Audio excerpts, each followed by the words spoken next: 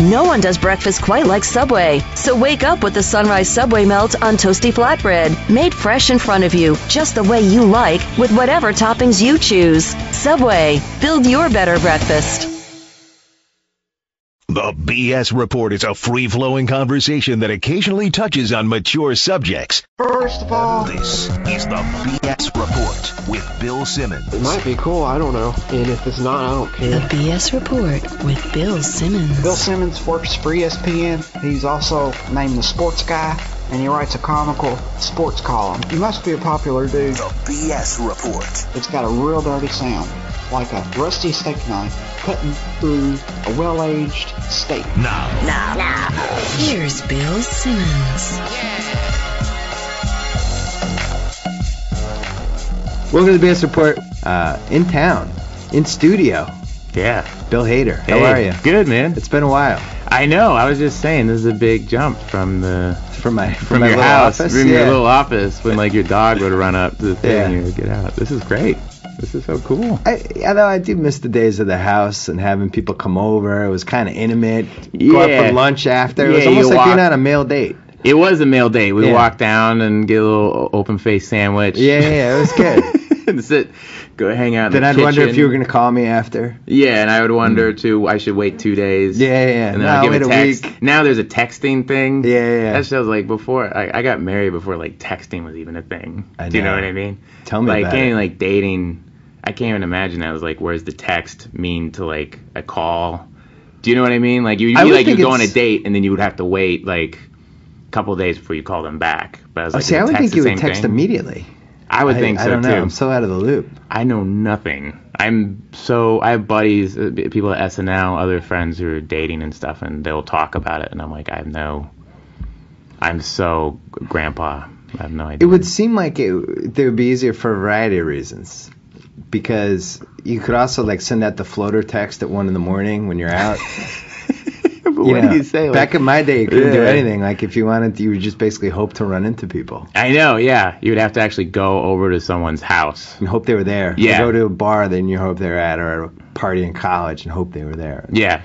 But then, then there was always that calling them and do you leave a message? Yeah, I know. Oh yeah, hearing the answer machine go off and like just be like, oh shoot, what do I do? I would think it's driven up the amount of casual hookups and all that kind of Totally. stuff. It's amazing the birth rate hasn't gone up. You'd think I it don't would see how it been couldn't. adjusted. Yeah, I don't see how it couldn't. Yeah, I don't understand. Like, texting seriously came out, like, I think, like, texting became a thing, like, right when we got married, because I remember the day I got married, you're not supposed to see each other, and it was this big thing that we were texting each Ooh. other. So we were texting, like, hey, going downstairs, because we're all in the same Yeah. hotel, like, hey, we're going downstairs, don't be down there, because I'm going down, you know what I mean? Oh, that's interesting. And I was like, oh, hey, we're texting. Yeah. Like, it's such a, like, I feel so old. I don't remember if we've talked about this or not, but can you imagine doing SNL when there was no email or texting? No, or internet. Like, Or I don't internet, know, like, anything. I'd be interested to ask, like, Farrell and some of those guys what it was like, because now you can do the show and you go home, like, on the ride home from the show, I can, like, go online and read reviews of, like, what we just did. Oh, really? Yeah, if I wanted do to. that? I don't anymore. I used to, I wouldn't like, do my that. first 2 seasons, I, like, all Sunday morning was spent just going online, seeing what people said, and Oh, it was no. always like, oh. There was a guy, I got interested. There was a guy actually who wrote a thing, and it was like, it's called like the Ballad of Bill Hader or something, and it was like this whole thing about me screwing up on the show. It was just like, who is this guy? This guy stinks and everything. Oh, God. And it was this terrible thing, and then my wife would be like, don't read that. It's like cutting yourself. Why are you reading that? You know? And Yeah. I was like, I can't help it. I don't know. I just like, this guy is like coming after me or whatever. I'm going to read it while I cut myself. Yeah, I'm gonna read it while I'm like putting. I'm like, no, honey, it's great. You know, put a noose around my neck. But then it turned out the guy I was like a month, year later. We were doing reshoots for Superbad, and my driver was a guy who was a buddy of my old roommate when I lived in LA. And I'm talking to him, and I'm like, hey man, don't I know you? And he's like, yeah, I was friends with a roommate of yours, and we're sitting there talking. And as we're talking, he's like, yeah, I run this website. It's called blah, blah, blah, and everything like that. And I go, how do I know that name? And I'm like, oh, that's the affiliate of, I go, you know the thing called Ballad of Bill Hader? Yeah. And it was just silence. Oh, no. And I was like, this is the guy. And I go, do you know anything about that? Is that you? And silence, like nothing. He drives me all the way onto the lot. We park. And he's like, all right, man, here you go, man. It's good seeing you. And I'm like, hey, man, I'm serious. Was that you? I was like, I don't know. I'm not mad. Like, is that you? And he's like, look, man, I'm just a big fan. Okay? And it was such a Travis Bickle like moment. I was like, oh my God, this is the guy. So it was like this weird experience where I got to meet the guy trashing me on the internet. And I knew him. I knew him when I was like a PA living out here. He was just this guy who kind of peripherally knew me. That's pretty weird. Yeah, it was really weird. But it was good. It was like, oh, it was like. It would have been weird if he was making a bodysuit out of people that looked like you. Yeah, like if he was, Jamie Gum, like, oh, I'm just a big fan of yours. I really like you a lot, man. It was so interesting to actually meet the person though, because you kind of, but that experience, and then kind of like, I was like, all right, I'm not going online anymore, and I haven't since. I don't check stuff out. Smart move. I have like friends back home will be like, dude, this guy on so-and-so, he hates you, you know what I mean? Like, I don't want to hear about it, I don't want to, you know. That's the same thing. Yeah, that's good. Oh, sorry. That's all right. We got it out of the way early. Oh, it was my dad. He'll freak out. Uh-oh.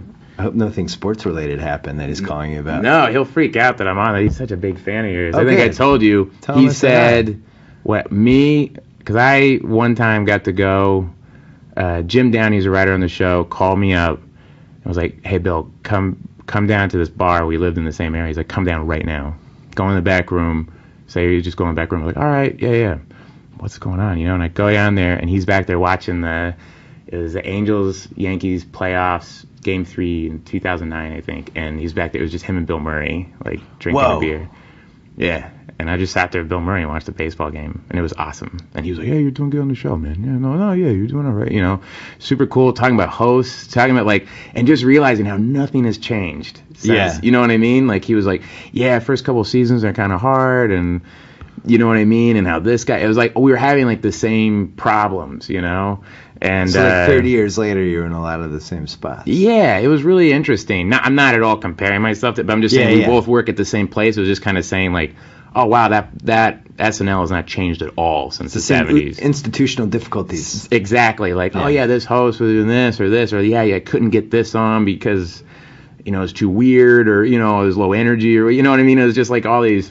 It was so cool talking to those two guys who have been there since the 70s and realizing how much it hadn't changed. But I told my dad that story, and he was like, wow, that's cool, you know. And then I told him I was coming out here, and I was like, hey, I might go see a Clippers game at Bill Simmons. He's like, that's more impressive to me than you going. Like, he's like such a big fan of yours. He was like, that's the Bill Murray thing's so much more impressive. He's like, the Bill Murray thing's, that's the coolest thing ever. But man, see a Clippers game at Bill Simmons. He's like, that's pretty amazing. You know, what is Bill Murray's kind of just floats around like he's almost become this Kaiser Soze kind of figure. You don't know when he's going to turn up. Yeah, he's like like some sort of mythical thing enigma. Where like enigma where people will be like in Sweden at some like, you know, house party. They're like, Bill Murray was here, you know. And it's him like next to a keg, and then it's like, you know, you're gonna see something of like some barge out in the middle of the ocean, and it'll be like, Bill Murray just showed up. We don't know how he got on the boat. You know what I mean?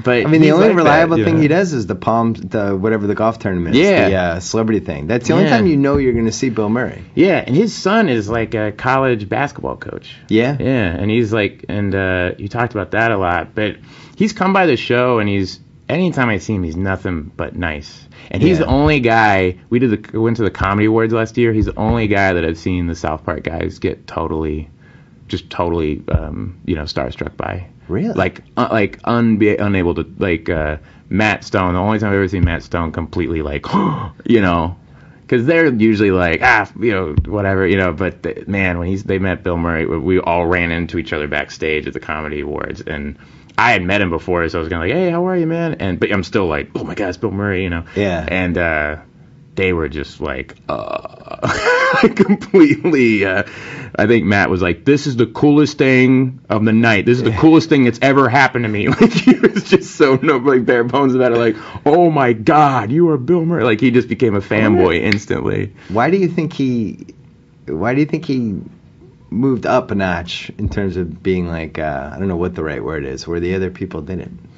I don't know. I think Bill Murray just had the kind of like, for me at least, it was like, well, one, his like persona was like the guy who like didn't care, he's like that kind of swagger to him. Like there's something about his character, like they talk about comedy character, like Woody Allen had his character, even going to like Charlie Chaplin had their character, like the Bill Murray character, that kind of like charming, kind of cool guy, but he's also kind of lazy, doesn't willing care, to throw it all away, throw it away. Yeah. It's like the Stripes guy. Yeah.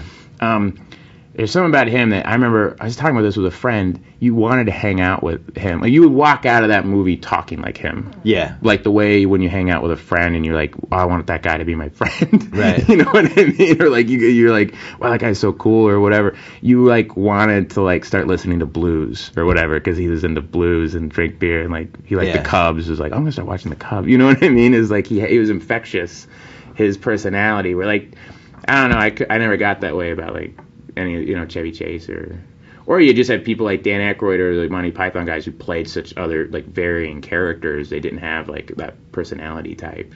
You know what I mean? Yeah, that's true. He kind of had that thing. And then like that he went away and then came back and Rushmore kind of reinvented himself like with the coolest and like the kind of coolest way ever. Like he's just always been kind of like hip in a way.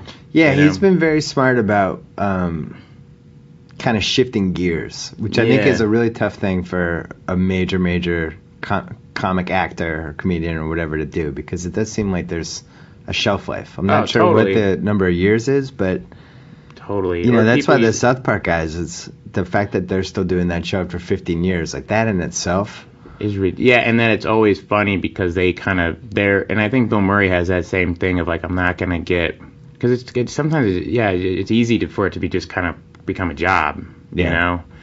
And I think they're always pushing themselves like, no, what do I like what is the like instincts of like, no, what's good, and don't like get kind of caught up in other stuff, It seems like the age part of it matters too, because when I wrote about Eddie Murphy a few months ago, I really feel like part of what happened to him was he became too famous. Like, you become so famous, it's like, who do you hang out with? How do you have normal interactions? Yeah, the only place you have left to go is outer space, Right.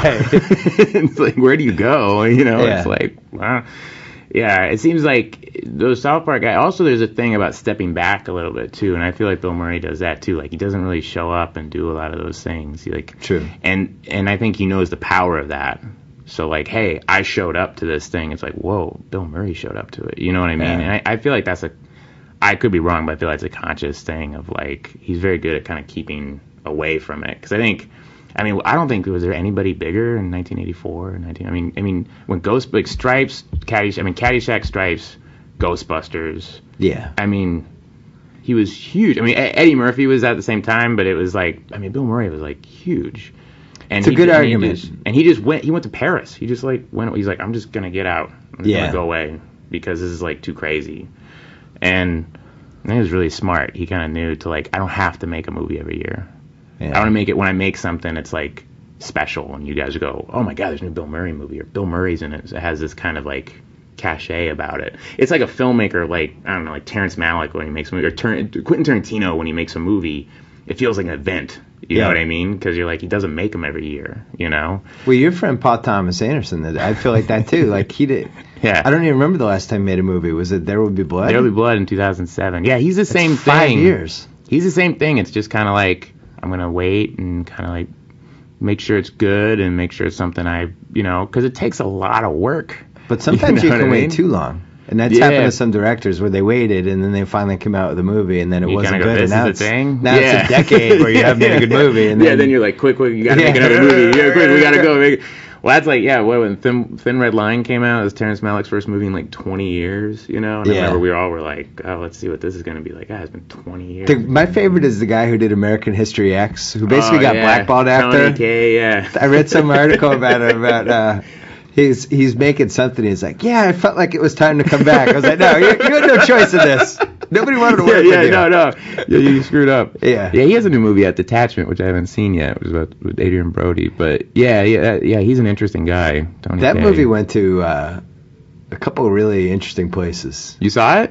American History X. Oh, yeah. Oh, the Detachment. I think that was Ed Norton's best movie. Yeah. I actually think I don't remember who else was was nominated that year, but I thought he was nominated. amazing in that. I know he got nominated. I don't think he won. He was one of those things where I went, oh, he's one of those actors where he'll go change his body and changes. Like, the opening of that movie, I was like, that's Ed Norton? Yeah. Oh, my God. He's like, wow. You know what I mean? I thought it was really impressive because I thought, oh, he's kind of like a really good actor, but in a way that's just like he kind of sticks to his type. It's kind of the same thing, you know, like Jack Nicholson or something like that will do all these crazy things, but you're still like, oh, it's Jack Nicholson, you know? Yeah.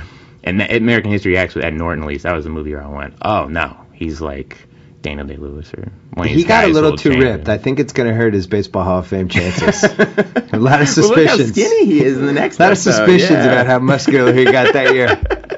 Yeah, I know. That's He put up huge stats that year. I want to see, is there urine samples? What's going on there?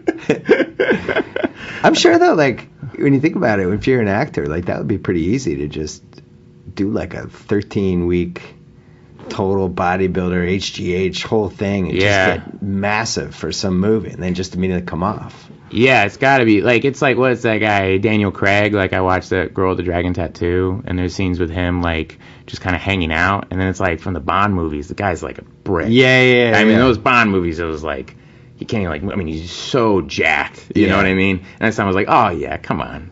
You guys are on. So I don't buy it. I was watching Bio Channel had the Rocky Saga. It was like this 2-hour documentary of Rocky. Yeah. And Stallone in HD, I just can never turn away at this point. Yeah. He's had a lot of work done. He's kind of looks like he has the sly mask on, but yeah. He was saying that in Rocky 3, his brother Frank, who was also interviewed for the Rocky Saga, another reason I couldn't turn. His brother Frank said that Sly's body fat percentage was 2.8 for Rocky 3, and he's like, it was unsustainable. I mean, that'll kill you to get that thin. But he was talking about how committed Sly was. I was like, wow, 2.8. Yeah. There's like actresses don't get to 2.8. Yeah, I don't think. Yeah. A lot of. I don't know about that. Yeah. Interesting era. Yeah, he looks like. Remember the Bugs Bunny where he boxes the guy and the guy remember when the guy flexes and all the muscles go. Yeah. That's what he kind of looks like now. And I see stills from Expendables 2. Like he's so jacked. It's like all awesome. veins and stuff. I love it, man. Hey, man, why not? It's like anything else. It's not like you're competing against other baseball players or basketball players. Yeah, I will not look that way. You should do it once, I think, and then you could do a journal about it or something. I went crazy. Maybe for Superbad 4. Yeah, right. For Superbad 4, I'm just suddenly inexplicably jacked. Just inexplicably, just totally jacked. It's like they come to us in a weight room. Like, what happened? Is there going to be... There's not going to be a Superbad sequel. No, I don't think so. There was a joke one. I don't know if it was a joke or it was real, but I know Seth Rogen was like, I want to do like a Pineapple Express Superbad co-sequel, like. Oh, like merge them somehow? Yeah, like Superbad Express or something. Like it was like the characters from both those. But I think that was kind of like I don't know if that was a real thing or not. I've always been in on those ideas. I remember I was in White Shadows, my favorite show ever, and. St. Elsewhere was also done by the White Shadow guy, and he worked it so that Coolidge, who was the star of the White Shadow, the center, ended up on St. Elsewhere as the hospital janitor. Yeah, it's like comic books. It's like it had its own universe that you can people can walk in and out. It was the best. Well, it was better than that. Yeah, like it's like when I was reading comic books and like Batman would walk into a Superman one, like, "Hey guys, I figured out." And you're like, "Whoa, no way!" You know, and it's like, right, you guys are all you guys are all hang out. You know what I mean? Yeah. So that'd be cool. I think I'd be in on Superbad. What would it be called? Pineapple Bad? Yeah, like Pineapple Bad or Superbad Express. I think they were saying it as a joke, but I was like, that's really funny if you guys ever did that. But I don't think there will be a sequel. I think it was kind of a fun thing, like its own thing, you know.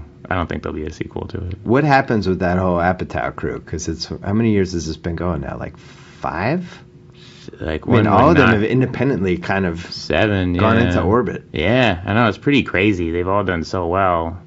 And those guys are just, I mean, yeah, I don't know. It's so interesting. They got Seth and Evan are doing so well right now. Yeah, like Green Hornet and Jason's doing so well. And Jonah, I mean, geez, yeah, they're all killing it.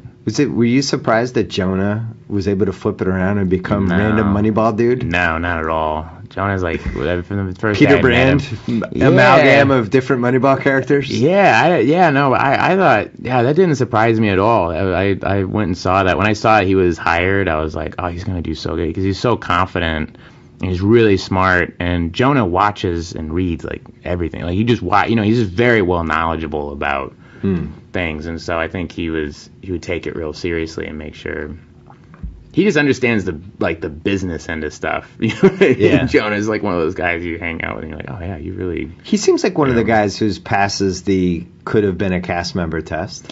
Yeah, no, he definitely knows. Like he just hosted. That was their last show. Yeah, and yeah, he definitely.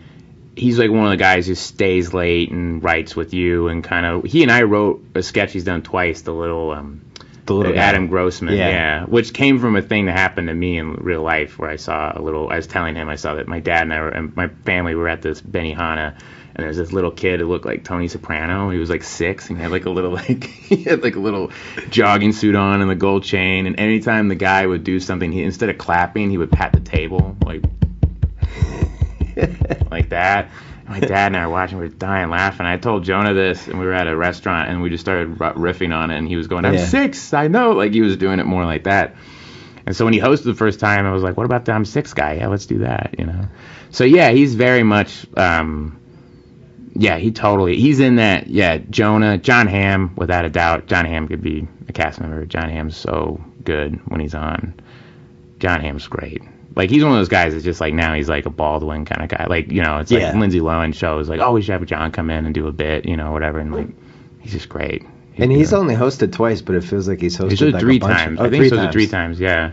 His first time hosting that live show was one of the funnest. That was one of the best times I've ever had in the show, that live show. It was so much fun. The audience was just going crazy.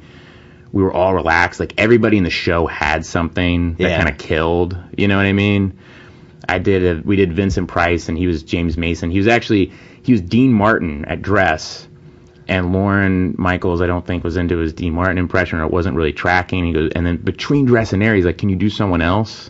Yeah. And he was like, I could try James Mason, and so they call me in, and Lauren's like, so he's going to do James Mason now, and he did it. He goes, yeah, maybe like this, and he did a little James Mason. I was like, that's great. So if you watch the sketch, it's James Mason doing Dean Martin jokes. It's all about James Mason being drunk and like pissing himself and for no reason, because we didn't have time to change the jokes. So it's all him, James Mason doing Dean Martin jokes, and he killed it. I mean, for that kind of a change, your first time hosting, that's such a curveball. I mean, to anybody, even if someone, like, if that happened to me next show, I'd be like, wait, I got to totally change my character. Yeah. And he just went with it and killed it. Took his time, like, landed every joke. James Mason was in a nursing home, absolutely furious, though. Yeah, and what he did. I don't drink. What is this? I never pissed my pants.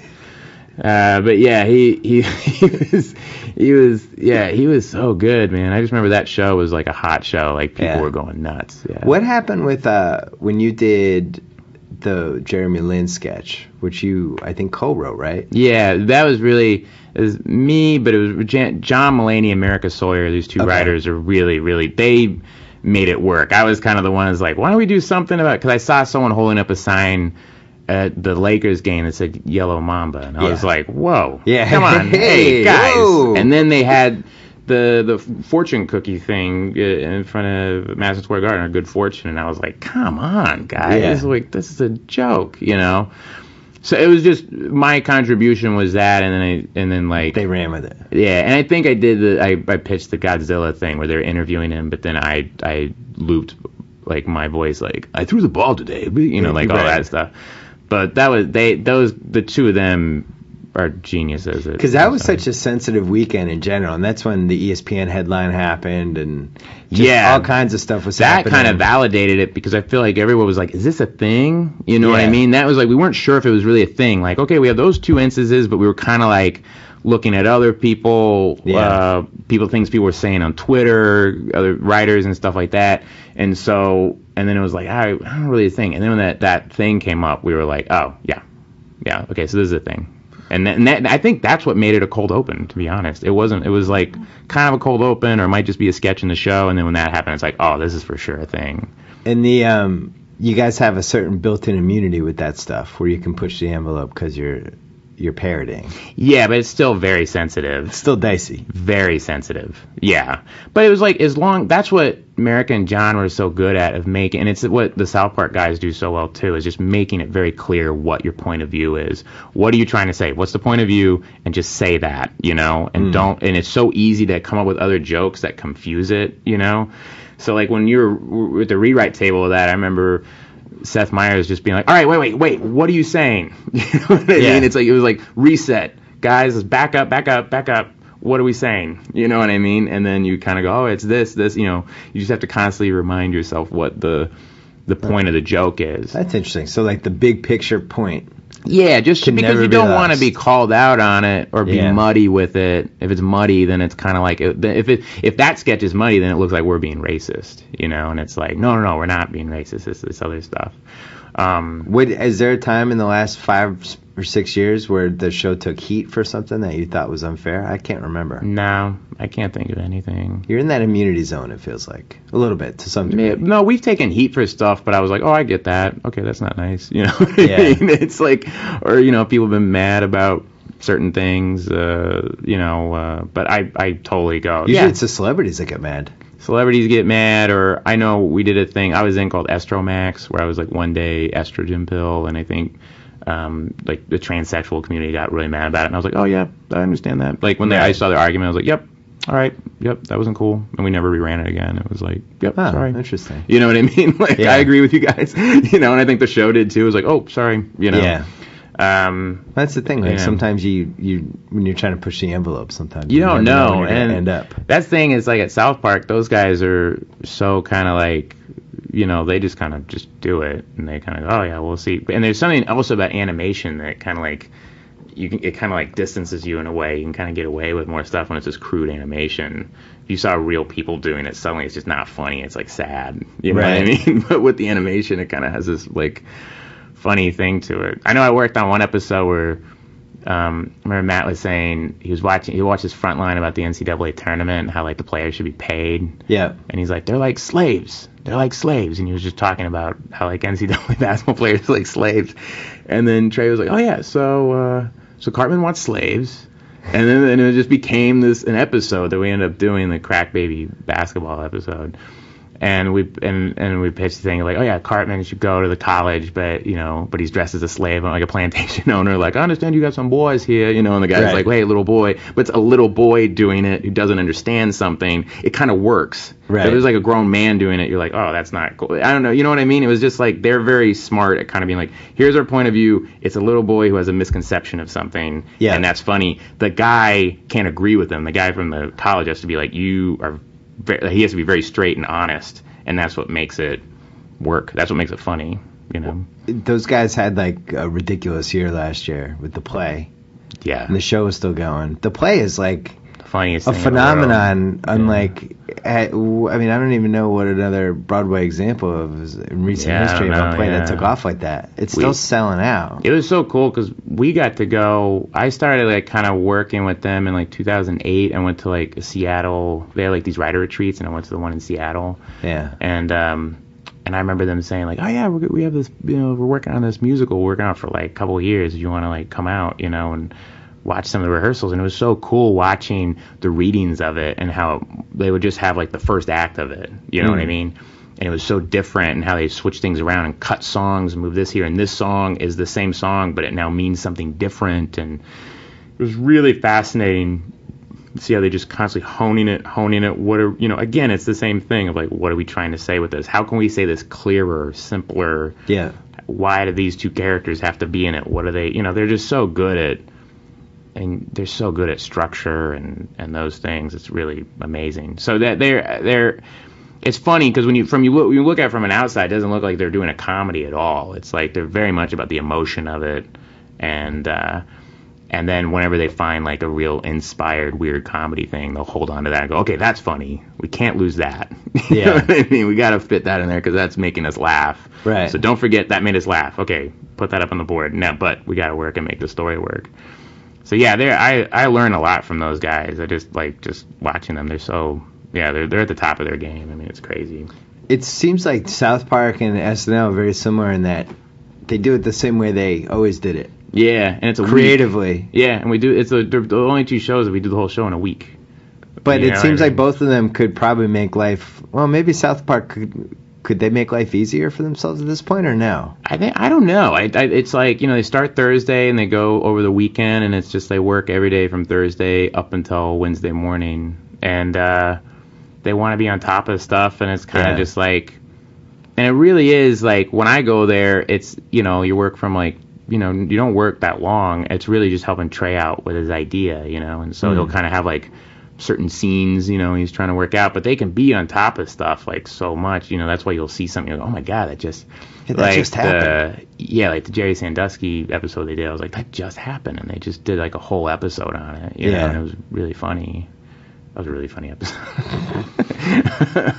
But they just they're amazing. SNL could work a little differently at this point, although there must be some sort of weird science to the fact that having you guys stay that late. Yeah, I don't must be do conditioning your head for being live at 11:30. Yeah, that is true. Some science to that. Yeah, there is true that you have to be at the top of your game at a really weird hour at 11:30 after you've done nights of pre-taped writing, blocking, table read, nights of pre-tapes. I mean, a lot of those digital shorts are shot Friday night. Like you're seeing something that was shot the night before. Commercial parodies are all shot like that. The majority of stuff you see, it's not like we shot that a couple weeks ago. It's all shot like Thursday or Friday. And then we're rewriting stuff, blocking, and then we've just done a full dress rehearsal. So we're like, when you're at your absolute most exhausted, mentally, physically, everything, that's when you have to be at the top of your game. You have to be like, all right, now we're going on live 11:30. Let's bring it, But you do have this surge of adrenaline that happens. Yeah, because you get the crowd. Yeah, and especially like I did like that Jeremy Lin thing. That was the cold open, and when you're in the cold open, it's like you go out there and it gets real quiet, and they start counting down. Like, have you 30, 20 seconds. Chris Kelly starts counting down, and it's like, ooh boy, all right, here we go. You know what I mean? Like, but it's a blast. I mean, there's no adrenaline rush like. The first time I was Elliot Spitzer in a sketch, and it was the first time I got to say live from New York. And when you say live from New York and the band like comes in behind you and stuff, there's no other. I mean, it is like, whoa, it's and that's something crazy. You don't get to do when you first join the show. No, it's a big deal. Yeah, and you realize it's a big deal. It's kind of like it's like that scene in Goodfellas where the kid gets out of like the court and everyone's like, hey, we popped the cherry, It's like that thing. It's kind of like when you do your first live from New York, I remember doing it and Paul Wirt coming by going, congrats, you know what I mean? Like, oh, they all took notice, they didn't know, you know what I mean? You think like you're just the only one that knows, like, oh, it's the first time I get to say live from New York. And I remember a couple of people on the show, I think Seth Meyers too, was like, hey, congrats, man, live from New York, you got to say it. Nice. It's a big deal, The show that I went to was with the Gabourey Sidibe from Precious. Yeah. And it was the night that you premiered the Stefan character. That was the first night I did Stefan. You were there. It was kind of a dead show up until that point. And all of a sudden Stefan ignited the show. That was the first time I ever did it. Yeah. It was on that show. And I remember, I don't know if you remember, you were in Seth Meyers' dressing room, and we went back there, and I was like, hey man, that worked. Yeah. You know what I mean? We were shocked, like, wow, that totally worked. Like, people really liked it. You know what I mean? It was such a cool... That was a cool feeling. Yeah, you got to be there. You got to see, like, because then we did it, not the next show, but then that was the third to last show. And then, it was a show, and then the next show was our last show of the season with Baldwin, and Seth was like, hey, I want you to write another Stefan. Like, let's just do it again.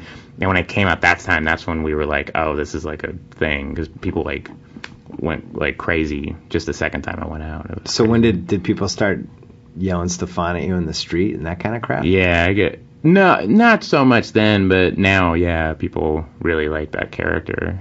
It's so funny, just a different walks of life, too. Like, a lot of kids and, like, a lot of guys like, my son really likes Stefan. You know what I mean? My son thinks Stefan's real funny. He thinks that's one heck of a character you got there. You know what I mean? I'm like, really? You guys like, oh, yeah, all the clubs he goes to and stuff. It's like, he really does. It's... you sit there and go, oh, what do people like? And then it's like you're shocked when like that's cool. They like. So the process for that is you guys just. I just imagine like three guys going out for coffee and just trying to come up with the most outlandish clubs you could ever come up with. It's me and John Mulaney, and we try to actually write it outside of SNL because we don't want to be like distracted because it is that, So we'll usually go to like a coffee shop or a diner and this last one we did in my dressing room because we just didn't have time. Yeah. John Mulaney's like, he's so busy. I mean, he writes a lot of the show. I mean, Yeah. he has a lot of stuff on. He always seems really busy, and so we basically sit there with, like, John has a legal pad, and it's just, it's like I'll say, like, oh, one of the clubs could be in a crashing blimp, and he's like, all right. You know what I mean? Or like, what's a sound you do? Like, you know, because some of the club names will be like weird sounds I make. And he came up with the one that killed me the last one. He was like, what if we do it? It was like a long silence. He goes, what if you do a club called Kevin? And I laughed for like 20 minutes.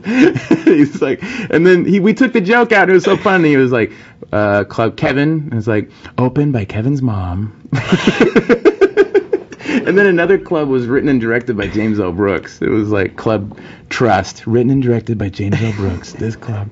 And we were laughing. I mean, we were just laughing. A lot of that stuff doesn't make it in. So John, we kind of sit there and talk about stuff, and then John will go off and write it. And then he shows it to me Saturday when I get in. And then I'll kind of be like, maybe I don't know about this. And we kind of like edit it a little bit. And then we go out and block it long. And then after that, Seth might be like, I don't know if that's working. You know, like, and the guy, Alec Bays, who runs What Weekend Update, was like, it gets a little muddy right here, maybe. And so it's like honing it down a little bit. And then usually when we do it at Dress, it's long. There's like a lot of stuff that ends up getting cut because there's just jokes that don't land. It's interesting with Step On, we found that a lot of it that doesn't work are hard jokes. Like hard, like 1, 2, 3 jokes. Punchline, yeah.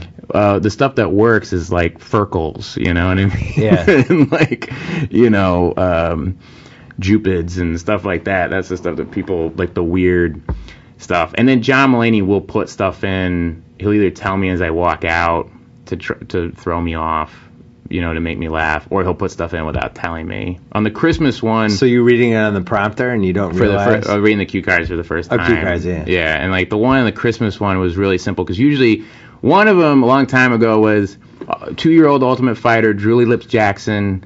He's got fists like empanadas, and he's addicted to ecstasy. That was the thing that was written. And then he put in 2-year-old Ultimate Fighter, Drew Lips Jackson. He's got fists like empanadas, and he's my best friend. And as best friend, I wasn't expecting. So they turned the card over, and he goes, and he's my best friend. And I totally lost it. Like on air, it just said my best friend. I thought you laugh every time, though, right? Like, yeah, he tries to make you... He tries to make me laugh. And the Christmas one, it was, we had Spud Webb was in one of the things. Of course he was. And then, without telling me, he just put him in the second one. He just simply put Spud Webb in again. So when I was like, da-da-da, Spud Webb, and I like caught myself, and then Seth was like, oh, Spud Webb pulling double duty, and I was like, and it was like done, you know. Yeah, so he's constantly throwing stuff in, or we did one where Taylor Negron, you know that guy, that he was like he was a great actor, but he was in like this Christmas thing. He was the second thing, like 12 Days of Christmas that Stefan did, and the second day of Christmas was Taylor Negron. And before I went out, he just handed me something. He goes, oh, this just came for you, Bill. Like, I'm about to go out, and it was like a headshot of Taylor Negron's sign, like, hey man, have fun out there, like whatever. And I was like, so he's got me giggling, like they're messing with me as I go out, kinda, you know. And, but that's not, the show doesn't usually work that way for that, but in this one it does. Like, it works. Usually you're not supposed to laugh during sketches. Yeah, well, the nice thing about Update is that I learned on Update over the years that you can be loose. The thing about SNL is that, you know, that's something Steve Higgins always says, and it's so true. You don't act on SNL, you perform, meaning like you got to be loud. That's why guys like Justin Timberlake kill it on the show, because he's got that, like he's a performer. You know what I mean? You play out, you big, because anything smaller like usually doesn't play. Anything like low energy. And you know, that was the kind of comedy I liked when I first came in on the show, is stuff like Spinal Tap, and you know what I mean? So I try to do that, and it never translated, you know what I mean? And guys are always like, hey man, you gotta like, I know it might seem corny, man, but you gotta like bring it up, you know? And I realized they were right, and I realized you could do weird stuff. Like, Stefan doesn't really work in a sketch, but he can work on Update, because it's presentational, it's right to camera, it's a 2-shot. He's very clearly there for some reason to like tell you something, you know, like he's pitching you something. Yeah. But you could be loose with it. You can be a little bit more nuanced with the performance. I figured that out when I did a James Carville once, and I did all this weird stuff during it, and I was like, oh wow, I can get away with that. You know what I mean? And then I was like, oh, cool. So when I did Stefan, I was like, let's see if I could take that a step further and be a little bit more nuancy and pulling on my shirt and looking at stuff. And it worked. It was really cool. And I watched Wig do something once. Maybe it was Julie Grimes. I watched Wig do an update once, and I was like, oh, look, she's so playing it small and stuff, and it's really good. It translates, you know? Oh, you can get away with that, you know? You went the other way with the Dateline guy. Yeah, you go bigger with That's him. when you just go big and out of control. Yeah, because it's just that. But Keith Morrison, because we watch this Dateline shows all the time. Yeah. My wife can't watch me when now we have a kid. She's like, oh, I can't watch those. You know, it's like too disturbing. They're too like it just suddenly you're just like, oh, I don't want to think about that. You know. But I watch him still. You know, I'm like, I just find that guy hilarious, and. Yeah, that was when we would watch those, and I would walk around the house going, oh, no. And I was like, oh, maybe. Oh, that sounds like fun. You know, and she was just smart enough to go, you should do that on the show. Like, I literally did that for like a year, just like at home. And she's like, why haven't you written that up? And I'm like, thank you. How about Storage Wars?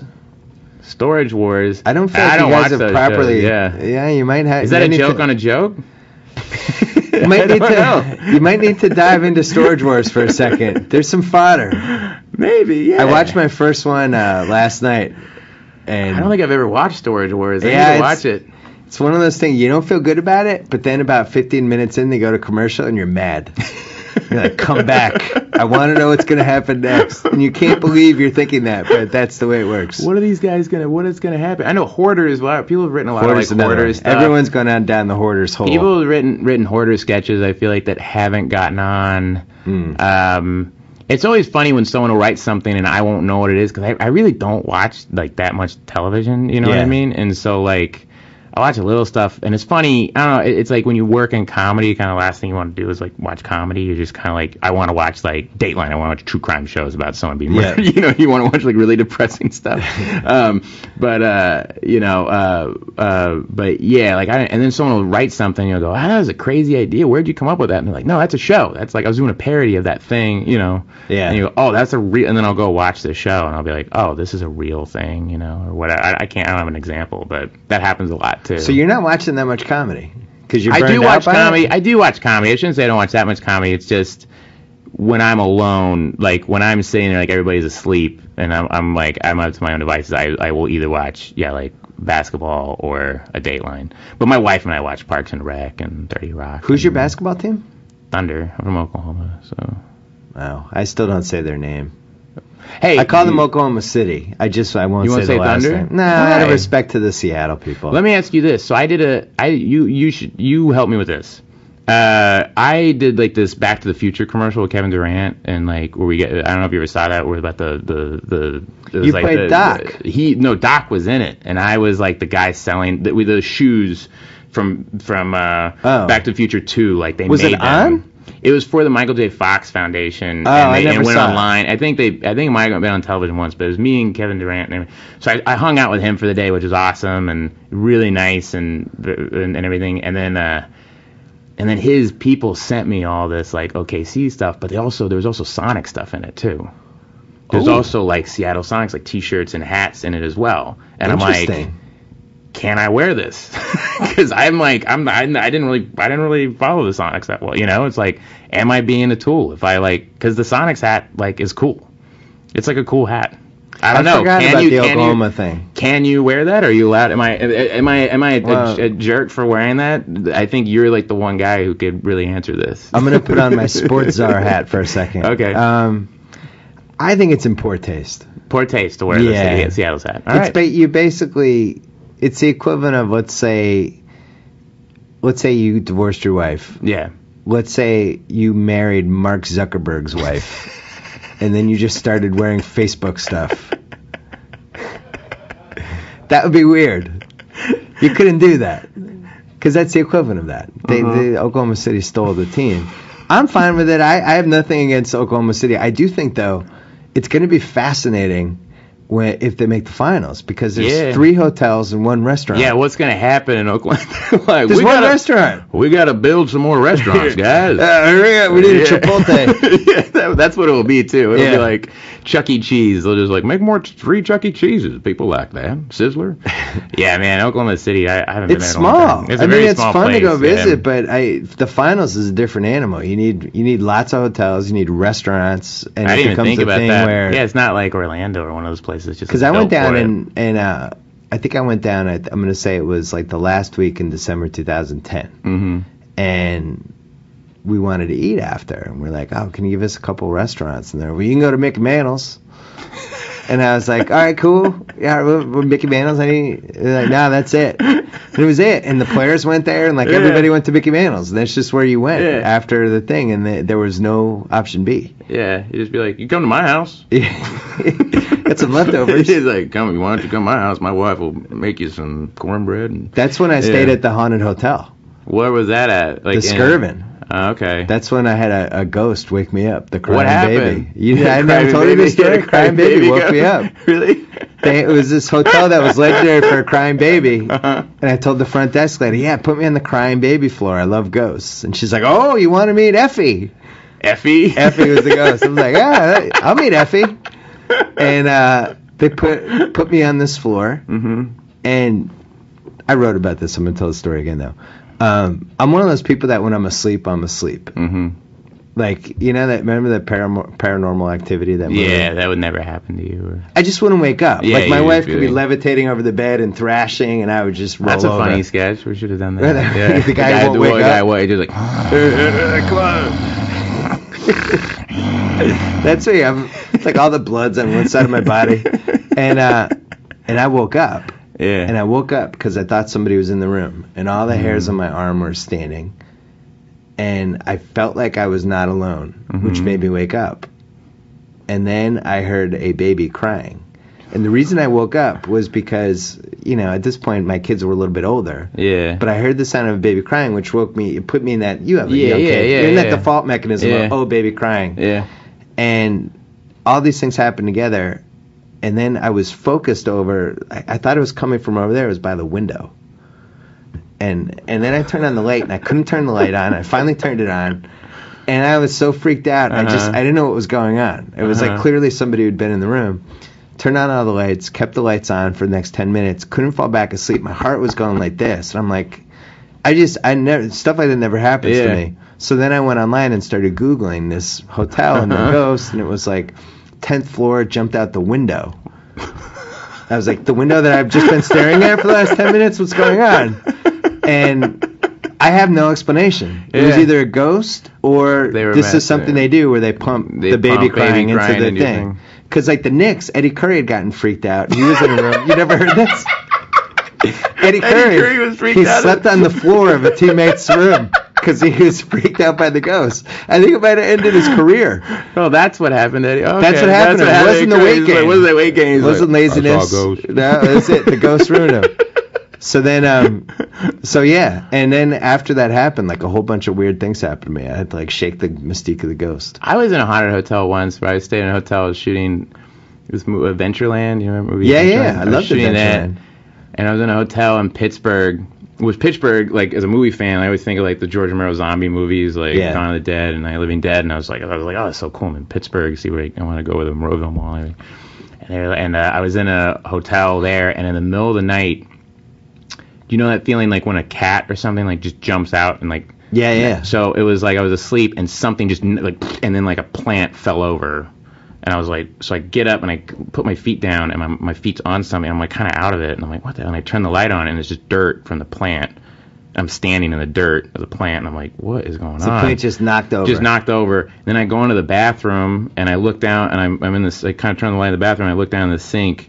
And I could see my reflection in the sink, like and I'm like, what the hell is this? And I put my finger in the water, and water just went and started overflowing. And it was filled to the absolute brim, and I could see my reflection. And I just put my finger like this, and water went and started dripping on the floor. And I was like, what the heck is that? It was so bizarre. That water was perfectly level in the sink. And I just like stayed up all night and watched movies until the sun came up. And I was That's like, what I did. can I switch hotels? Like I switched hotels the next day. I was like, that was freaky. That's what I did. I watched Yeah. Sherlock Holmes with Robert Downey Jr. and Jude Law. That's I watched how The freaked out Fountain. I was. I watched The Fountain. Fountain. That was the only thing on HBO, so I watched The Fountain. Yeah, the same thing for me. It was like 10 channels. It was like, all right, Sherlock Holmes. I'm not going back to bed. I can tell you that All much. right, this is what we're doing now. Yeah. Yeah. That's funny. We both had, yeah, that's such Well, a what I crazy- found is anybody I talk about this with who's had a similar ghost whatever experience, like they get it. And then Yeah. anybody who hasn't just thinks like, nah, come on, man. No, it's like they totally- just think like you're full of crap. No, it's 100% that happened to me. I would have been like that. I would have been that guy if it hadn't have happened to me. And Yeah. and also that I knew it was that way because it was like one of those things that wasn't until like 2 or 3 days later that I admitted to myself that was a ghost, that something weird happened. I was like, that was a strange thing that I'm gonna just forget that happened. You know what I mean? Like it was like I may or may not have a crazy email that I sent to my wife about 5 minutes later. Like, look, if anything happens to me, just know that I did not jump out of the window on my own accord. She goes into the hotel and Yeah. it's like poltergeist, but it's your voice like, Hey, I'm in the TV. Have you watched that movie lately? Poltergeist? Oh, it's pretty dated.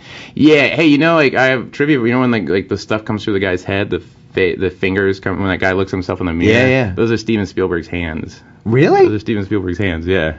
I met him. He was at the show. That was the craziest, coolest thing ever. I Why? got done with a sketch. He loves SNL. He's like a huge SNL fan since the 70s. Like he's just. He said that there's shots of the audience from old SNLs, and he's in the audience. Like he's obsessed with the show. Well, he did 1941. Yeah, because he Belushi and Aykroyd. loves those. He just was like, I want to work with these guys, and I got done with the sketch, and that's what Lorne Michaels is so good at, is he like will introduce you to like some huge person when you're dressed as like, well, I was dressed as a priest or something. I was in a Bobby Moynihan sketch, and I was a priest, and I'm like walking off, and he's like, Steven Spielberg, and I'm like, you know, and he's so nice. He was just like, he's very interesting. He was at the last show, and we did that sketch Brutus, where it was the monkey thing. Yeah. Fred Armisen was the monkey, and all he did was like, how'd you guys do the monkey makeup? So how many pieces is it with the monkey man? I'm like, you made Jurassic Park, man. Right. Like what, you know? But he was so like fascinated. How quick was the turnaround on that? How did you guys, you know? Just very curious and stuff. It was cool, man. He's there a lot now because he's shooting a movie like in New York. So Lincoln or another yeah, one? yeah, Lincoln, like upstate or something. Everybody says Lincoln's just gonna like sweep everything Yeah, next year. I read that book by the Team of Rivals. It's like a giant book of it, and yeah, I think it's gonna be really good. I love it. I mean, all I did, like when I met him, I just was thinking, you made Jaws, and like as a movie fan, like I grew up like the way you were about sports. I think I was that way about films. Like I just Yeah. kind of study movies. I was just like obsessed about movies, and like I don't know, like people will say like, what's your favorite like basketball moment or whatever, you know, there's something that you're like, there's too many. Yeah. But I have like my go-to just to like finish the question, and like we was like, oh, what's your favorite movie? I'm like, Jaws. I would say Jaws. I was like, it has everything. It changes every day what my favorite movie is. You know what I Have mean? we talked about this before? No. I also love Jaws. Jaws, I would say like it has everything. I think Jaws. I've had this argument before. I think Jaws is the earliest movie that you could re-release right now, and it wouldn't feel dated. Yeah. It And has it was everything. 1975. Yeah. Yeah. But like if you watch The Godfather now, it feels dated and it was set in a different era anyway. But just the way Yeah, they it's shot in the it, 70s. it's slow. Yeah, Gordon Willis, the cinematography. Yeah, Jaws is like there would be no reason to remake it. That's I can't like- imagine one reason why anybody would ever touch Jaws. Well, they're remaking Carrie, so I don't know why. Maybe there is some reason. I don't know, but I mean, that's why it was like the first real blockbuster movie. I mean, yeah, I mean that's the thing. I've watched that movie every 4th of July since I was 13. Wow. And it was really cool. Yeah, like to meet Steven Spielberg and be like, I love Jaws. You know, but every 4th of July, no matter where I'm at. I was in Mexico once as a PA on a movie out in the middle of nowhere, and I had my mom send me a VHS copy of it, and I got a VCR. I had to watch it like on 4th of July. I only have a couple movies like that. I got into a deep Boogie Nights hole last month because it was on a lot. Yeah, that's a It great was movie. almost like they were like, Simmons is going to write a lot of stuff this month. We got to put some movie on that's going to mess with his head at 1 in the morning. It's kind of the thing where if it's on, my wife just starts yelling. Don't watch it. No. Get it off! No. Yeah, no, we watch. Yeah, Jaws is definitely one of those. I like the long ones where you can jump in at any point Yeah. And they almost like, and Jaws is like that too, where it's almost like a few different movies in the same movie. Yeah, you can jump in early, and it's like they can't find the shark part. Yeah, right. And then it's like just the three of them on the boat, that whole part. Yeah. But then the ending is, all right, here's the shark, we get to see it. Yeah, I know. It's such a smart movie, and the funny thing about that film too is like how good the acting is. How good the acting is in it. That scene where they're all showing each other the scars. How good everybody across the board. The acting's like flawless in the movie, and how it's like legitimately funny. Yeah. It's hilarious. Yeah. When he's like, that's a tiger shark. And that guy goes, a what? You know, that fat guy? Yeah. That's hilarious. Like, that's like a big comedy kind of move. So it really does have like every thing in the movie. It's just, I love that film. Wes Scheider, too. Totally underrated. Totally underrated. One of the best actors ever. For me, I forget who I was the 70s. Yeah, totally. He just owns the 70s in my mind. There's actors, like in sports, when somebody's underrated, then they have people like us who like have to write after the fact how underrated they are, and we kind of keep that person alive. Like, I think Bernard King's like that. Yeah. Bernard King has now become overrated for being underrated, even though I love Bernard. I think he's the best Nick ever, and, was one of the players I was most afraid of. But you've heard everybody say that at this point. But you never hear anybody say, like, boy, William Hurt. Have you looked at his IMDb lately? That guy owned the 80s. Yeah, right. Well, he did. He did. He did. Kiss the Spider Woman. Yeah, Children of Lesser God. Chill. Like Big Chill. He had the Sigourney Weaver, Body Heat. Yeah, he had all those films. He had like this run of 8 years. It was just, he was killing it. He owned it. Yeah, he won an Oscar. I mean, he was doing great. I mean, we forgot like 3. Paul Rudd and I sit there and do that. We'll talk about, like, Roy Scheider. We'll sit and talk about, like, God, how great is it? And we'll just talk about, like, all that jazz, like that movie. Well, he had like, Marathon Man, too. He's great in Marathon Man. Marathon Man, the 7-Ups. Yeah. French Connection, all those movies. And even, like, in the 80s, he was in 52 Pickup, which is a total whacked-out movie, but, like, he's great in it. He was in the Meryl Streep movie that is kind of underrated, Still of the Night. Oh, yeah. I don't think I've ever seen that movie. It was like a psychological thriller. Oh, that one Jonathan Demme did, or maybe someone I can't remember. Know. But, yeah, I should check that out. Yeah, I love him, man. That's what have you heard about Paul Rudd's house? How Paul Rudd has like this, he has like a bar, and he has a house upstate with a giant bar in it.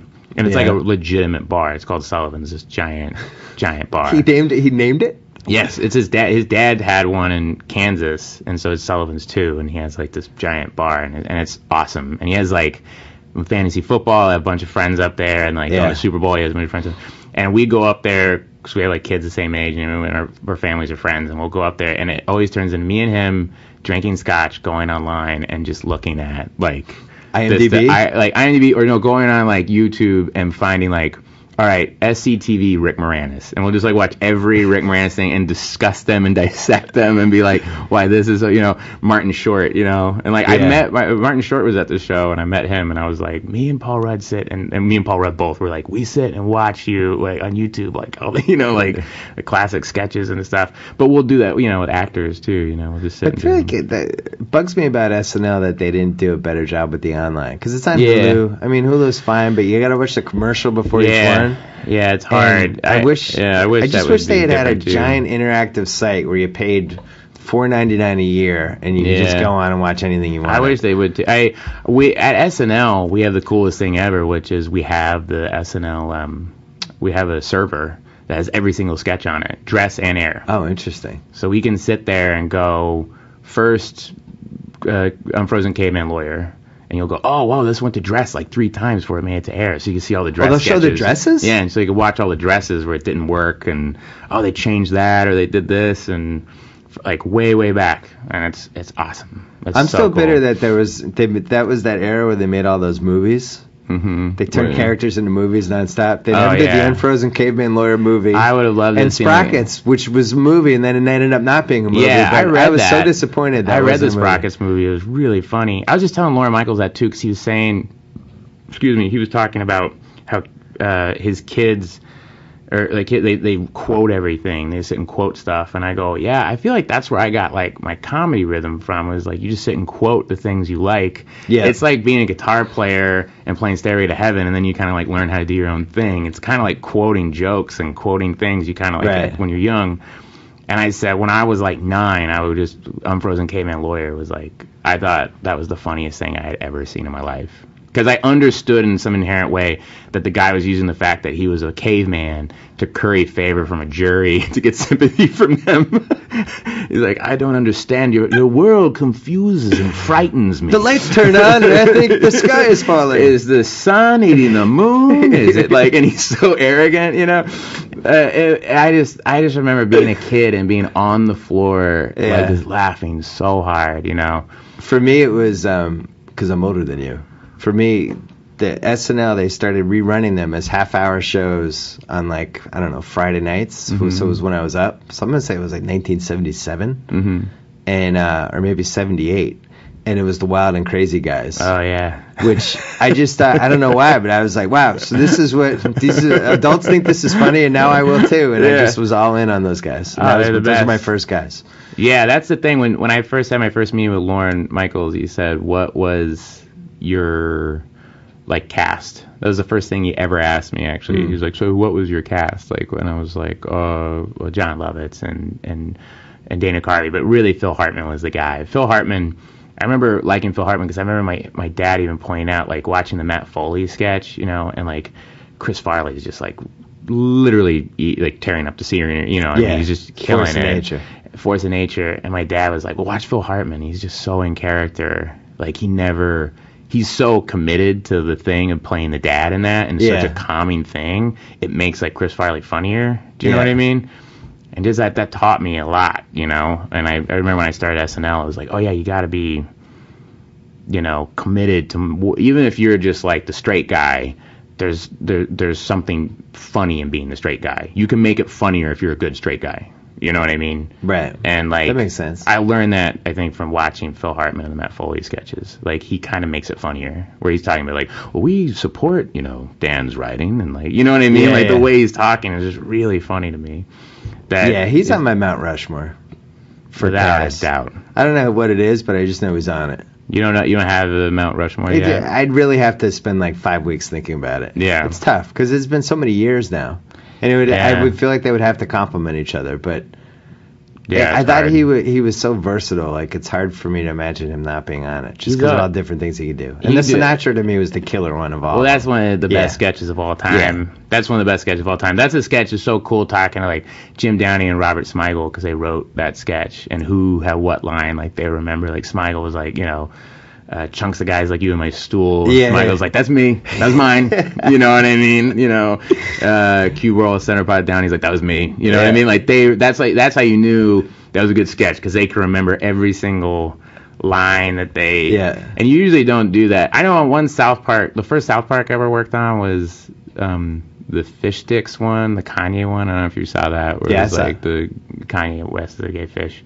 And that was one that I kind of helped out. That was like the first one I felt like, oh, I actually helped out, and they used like ideas. And it wasn't like I had specific jokes, but it was just like funny to us that Kanye West, there's this dumb joke, like, are you a gay fish? And then he would take it seriously, that people think he's a gay fish. You know, he's like, yo, I'm not a gay fish. Like, that was making us laugh really hard. And then it's cool because Kanye West has some song, it's a really good song, and I forget the name of it, where he says like FSNL in the entire cast. Do you know that? You know, he has a song. He says FSNL the entire cast, and I want to choke a South Park writer with a fish stick. So he tells me to F off twice. Wow. In one song, which I think is kind of cool. Right? Like, I didn't even put that together until my friend pointed it out. Hasn't he been on the show, though? Yeah, he's been on the show a lot. Last time he was on, he said loved SNL and the whole cast. Like, we went out there because when he did that ballerina thing, like, that was one of the coolest things I've ever seen on the show. I love Kanye West, but it was like arbitrary for us. It was like, oh, it'd be funny if it was Kanye West, and he gets mad because everybody thinks he's gay fish. How many years has it been now? 6? 7. This is my seventh. This is my 7th season. Yeah. So how many more years? I'm contracted now for one more. This next season, and we'll just see what happens. And then that's when you make your 10-hour Klaus Kinski play? Yeah. That's when I make the 10-hour Klaus Kinski play, yeah. That's when it would be called Klaus opening in the Glendale Theater. 10 Kinski. Hours, yeah. King Kinski, Klaus by Kinski was what it would be called. A one-man interpretation. By Saturday Night Live's Bill Hader.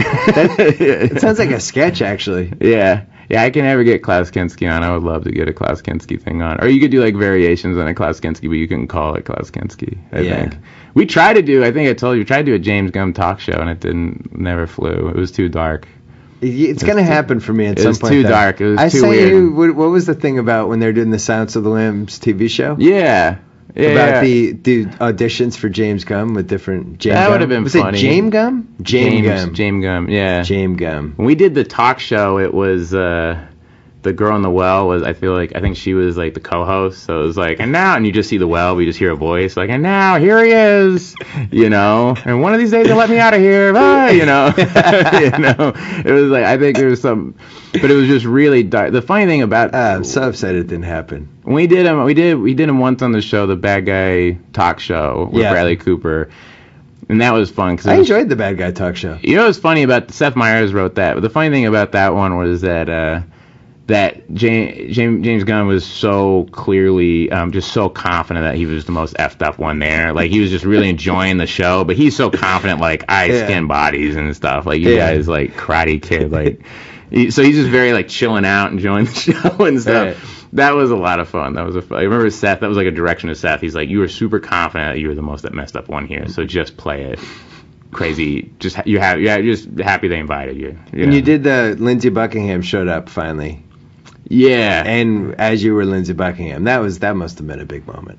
Yeah, and I have a picture of me dressed as Lindsey Buckingham holding my daughter and the real Lindsey Buckingham next to me and Paul Simon next to me. We have it framed in our house. That's pretty crazy. And then my wife took this amazing black and white picture. Lindsey Buckingham played guitar for my daughter for like 10 minutes. Really? Just sat and played acoustic because she was like, whoa, look at this guitar. One of the best acoustic guitarists ever. Yeah. And we have pictures of her, like, she danced and he would, like, play along. Just, like, people were milling around, crews running around, and he just kind of, like, sat down and played for her and stuff. And I was like, whoa, this is, like, yeah, it was pretty awesome. That was pretty cool. What movies do you have coming out this summer? I got no movies coming out. No. Nothing?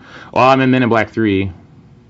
Wow. Oh, well, I guess I'm in Men in Black 3. It's going to make $10 million. $10 billion. I have a cameo thing in that. You know what I think? Here's your move. Because I was thinking about this. If Oklahoma City makes the finals, they're in major celebrity trouble for, like, when they cut to people coming out of timeout. Yeah, I know. I almost tweeted this the other day, but I didn't want the people at Oklahoma City to be mad at me. Like, there was some game, and I was like, the celebrities are out. I think I saw the 45th lead from Roadhouse. Right. But I was like, it didn't work, and then I'm not doing it. But, like, the Oklahoma City celebrities are, I don't even know. I think it was a former porn star. Well, the Flaming Lips. Flaming Lips. Yeah, you have them there. I feel like I saw Rob Lowe at a game. I feel like Rob Lowe was just, like, in Oklahoma City. But he's from here, though. Like, yeah, no, he's not from Oklahoma City. But I was like, wow, what's he doing in Oklahoma City? I think this could be a good territory for you. You could basically be the Jack Nicholson of Oklahoma City. Yeah, I just had to fly down there a bunch, but yeah. Well, but when is SNL in? Like mid-May? Yeah, I guess I could go down there for a little bit. Just call up and say, I want the Nicholson seat. I know it's available. I know it's there. Don't tell me it's not available. I know it's available. I don't know. I think they have I think it's going to be really interesting. What do you think? They're good. Your prediction? What do you think? Do you think they're going to... They have a flaw that I don't like, but so does everybody. Do you think the Spurs are the ones that are going to give them the most trouble? I don't know. I was talking about this with somebody the other day. There's like 8 teams that could get in. Mm-hmm. And it's all going to depend on who plays who's healthy, right? Who gets a dumb injury in like game 4 of some series. And for anybody to say, I noticed this on Sunday, everybody was like, Miami and Oklahoma City, it's going to be a finals preview. It's like, we don't know that. Like, Orlando could beat Miami. Like, Chicago would beat Miami. Oklahoma City should have lost to Memphis last year and could easily lose to them again. Yeah, totally. You just don't know. It seems like one of those things that... The thing that was nice about the Miami game is that they were playing, like, full force the whole... It was just, like... They were just beating... Where a lot of times they come back from the half, and it's kind of like they're a little shaky. You don't know what's happening. And in the fourth quarter, it's like something sparks where James Harden suddenly is just like... And Westbrook just suddenly start, like, on defense, like, just wake up, and you're like, oh, whoa, okay, now... And then they come back from some crazy deficit, like, win. The thing I liked about... close, but it's like that Houston game. That kind of like... It kind of drove me nuts, where it was like, where are you guys at? And then, like, the last... Midway through the fourth quarter, it was like, oh... We should try to win this. You know what I mean? Yeah, that's more schedule than anything. Yeah, I think those so, guys true. get so wound down, I think. Yeah, But I think the nice thing with the Miami game, though, is just seeing them, like, full force, like, no holds barred, like, the whole time. Yeah, the one thing I really liked that I thought was a good sign was Durant had what Mike Lombardi calls the look. Yeah. He had the look in that game. Yeah, that look, totally. You know when some guys have it, and it looks like, I'm not losing this game. Yeah. I'm going to destroy this other team. Yeah. And we're going to go home winners. And what do you think about Miami in that game? Do you feel like they showed up? Or No, I felt like they did not show up, and I felt like it's something LeBron I've was seen like them do gone. a couple times. He was like gone. It's weird because they have an on-off switch, which is bad. I've never liked teams that have on-off switches, and like I thought Magic made some good points after the game when he was saying like, you know, there are message games, and they might see that team again, and you don't want the other team to think, yeah, we played that team in March, and we kicked their ass, and we felt this way, and I have a ton of confidence because of what happened. Yeah. And that's a game they should have showed up for, I felt like. I also think it's a good matchup for them because basically it's Durant and LeBron are in the same position, Westbrook and Wade are the same position, and if they can neutralize LeBron and Wade, then it comes down to the supporting cast, and they probably have a better supporting cast, or it's close. Yeah, no, So, it's really close. It's a good matchup for them, and not as good of a matchup for Miami. Yeah, Oklahoma City, man, James Harden, I love that guy. I like how he trash talks with Kobe. That's why I'm going to that game, Matt and Trey, the Lakers Thunder game. Oh yeah, it might have happened by the time we hear do this. Well, it'd be cool if they got in a fight and you. I might call it. premonition. Well, remember the last game? It looked like they were just trash talking him the whole time. I don't know. We were talking about that before we went on. About Kobe doesn't. Kobe trash talking Italian. Yeah, dude, Kobe trash talking like, Italian. Come on, hey, paparando, hey. You're gonna see him going like, hey, you mother, come on, hey, like in the middle of a game to James Harden. That'd be so funny. Like, like just like him like bitching on the bench, like, come on, I think he does that sometimes, though. I think he does talk trash in Italian sometimes because when he got benched, was that just what in general? I think that's his new move. They're like, they bench me. He's like, Caserabantafante, grande, mostrami un lado, la miraré, and they're like, Kobe, what are you doing? The fact that he speaks fluent Italian is probably like the weirdest talent of any NBA superstar. I'd put it against anything. Without a doubt. That guy's amazing, though. They broke his face, and he played better. Like he's a horror movie villain. He is a climbing out of the fire. Yeah, he's Michael Myers. He's like, it's like, but it's not like Terminator climbing out. He's not like half of him's there. No. And he's like this. He's like fully walking out, and he actually has a new power. He does the Michael Myers where he just rises up. Yeah, he goes boom. Yeah. Yeah, that's it. Michael Myers. You should do that. You should do there should be a video of like him playing with that keyboard. Well, it's weird that no matter what the injury is, I wrote about this the other day, you feel like he can come back. Like, I felt like if his arm got severed by a tractor and they reattached it, I'd be like, wow, he'll play Tuesday. Well, what's the difference between him, like, you'll know, like, because it seemed like back, a long time ago, it'd be like, yeah, like, like when Bird was on, it's like he hurt his, and then it's like in the early 90s, it's like, I've just been playing so long. It seems like Kobe's just like, he's gotten better. Like science is better. Conditioning's better. I don't know what he's doing with Klaus Kinski's doctor in Germany. Is that really? I mean, what? Yeah. Well, he definitely went there. I mean, he's talked about it. They injected his platelets into his knee, his own knee. Oh, okay, I didn't know that. Oh yeah. Then he convinced A-Rod to do it. Now A-Rod's knee feels great. Yeah, there's something going on in Germany. That's like Rocky IV, like, So it's if he dies, he dies. Yeah. Training secrets. Yeah. It's like training. Like, yeah, he has that. He's not like Rocky running in like the snow on the mountain or whatever. No, that's Durant. That's Durant's Durant. in the snow in Oklahoma. There is no snow in Oklahoma City. He's in the tundra running across like doing something. Right near the Purina. Yeah, right. Yeah. Lifting catnip bags. Yeah, meanwhile he's got Kobe's got Brigitte Nielsen next to him. He's hooked up to some computer. He's on a treadmill. Yeah, that's so bizarre. Yeah. I didn't know that. But yeah, because I don't understand. Matt Stone and I were talking about that. We're like, his face got, like, they smashed up his face. He broke his nose and everything. And he comes back and he plays better. I don't get it. That's why the old guys love him. Like, when I did the podcast with Bird went out of his way to praise Kobe. How did that make you feel? Were you like, yeah, I'd buy it? Because you admit, even though you don't like Lakers, you knew it was coming? Okay. Yeah, I hate the Lakers, but I respect Kobe just from the part of just what a warrior that guy is. Like, how can you not respect it? He's going to lead the league in minutes this year. It's impossible. It's a strike shortened season. It's impossible.